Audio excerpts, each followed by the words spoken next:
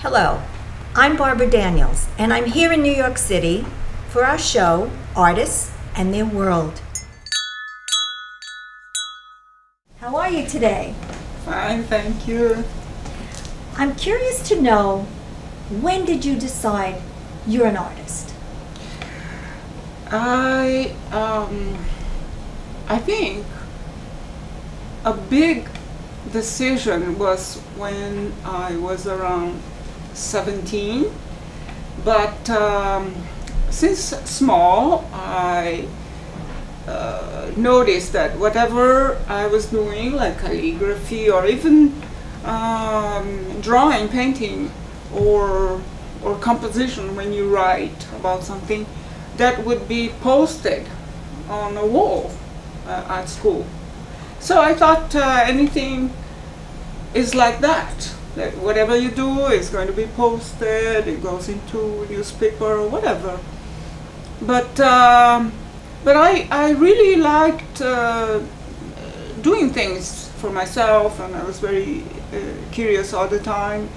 And at school, I think I was around 11 or 12.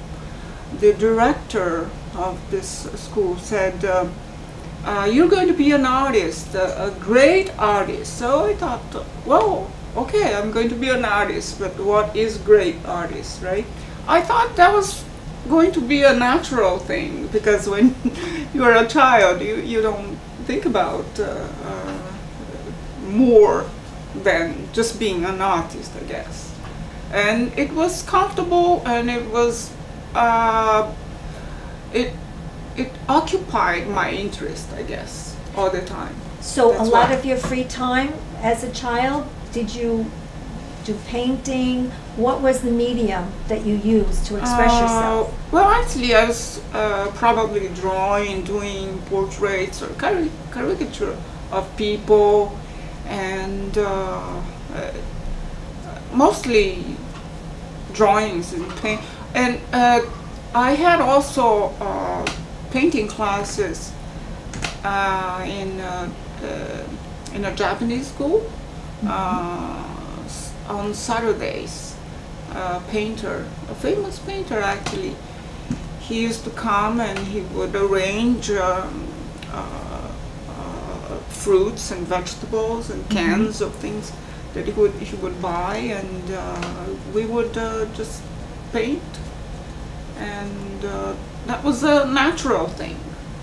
So this was just part of your everyday education, where or did your parents have to sign you up for a special class because they knew you were talented? No, until I was given a scholarship to study ceramics, because I think a board member of school had a ceramics studio, so I went there. I think I was around 12, and after that I was 15 when I was hired to work part-time doing drawings on their pieces, ceramic pieces. And I started to meet artists, I guess, over there. Now, since you are from Brazil, yes, but your parents are Japanese, right, what influence did both cultures have on your work? I used to love to read Japanese. I think I went to school, Japanese school first, when I was around 4 or something. So I think that influenced. I knew that I was between both cultures. I know that in America, many times children who are of immigrant parents, they have what they call the after-school program, so that they don't lose their identity. Right. That's right. So I used to go to one school, Brazilian school, let's say in the morning, and then I would go home. Then I would change my school materials and go to the other school, and other kids would be laughing at us.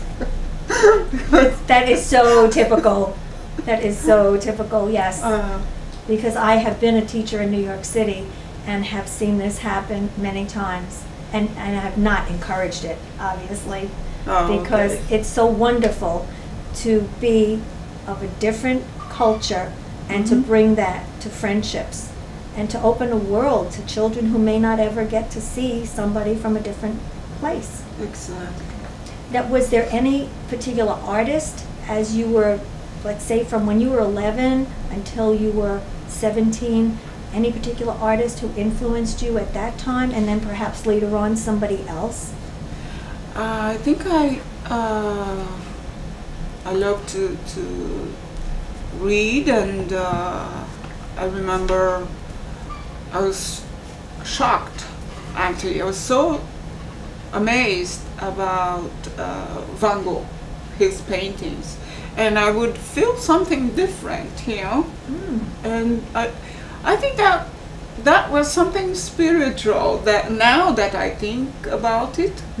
And so that made me want to read about the artist, and also I started to read about other artists, not just artists, but musicians. And Where did you find these books? Were your parents encouraging you to go into the library, or perhaps did they have well, books at actually, yeah, we had a big wall with a lot of books, and I would start from the bottom, and then then I would go up and find out adult books. I would carry those books to my bed And you read grew a at lot of night. muscles as well, I right? think so. Carrying those art supplies. Yeah, I would read all the time. My father used to tell me how difficult it was when he was growing up as an immigrant, and then around 17 he mentioned that although he was against my trying to be an artist, that was because he knew it would be very difficult, and in the end, because I was so stubborn, he said that's because he himself wanted to become an artist when he was 17, and he mentioned that must be karma. So that's when I heard about karma for the first time. So it's and also I had him acknowledging, but he said, all right, you can continue until you give up. Well, that's and I a still sign. didn't give up somehow, you know. So Do you think when that teacher told you that you were going to be a great artist, that gave you validity and an inspiration to pursue what was in your heart? well, there was this question: what is a great artist? What is great? So at that time, when I was a child, I had no money in my mind connected to the word great, you know. So nowadays, people are not sure exactly what great is, because I think it depends on each person. But I know that it involves many other talents, and I don't think I have a talent to sell myself and to advertise myself. So I just keep doing my art. It's been said by many people in the creative arts that I do it because it's my passion, and I feel good when I do Yes, it. it's always that struggle that is in front of you, and after you solve that question, there's a feeling of satisfaction.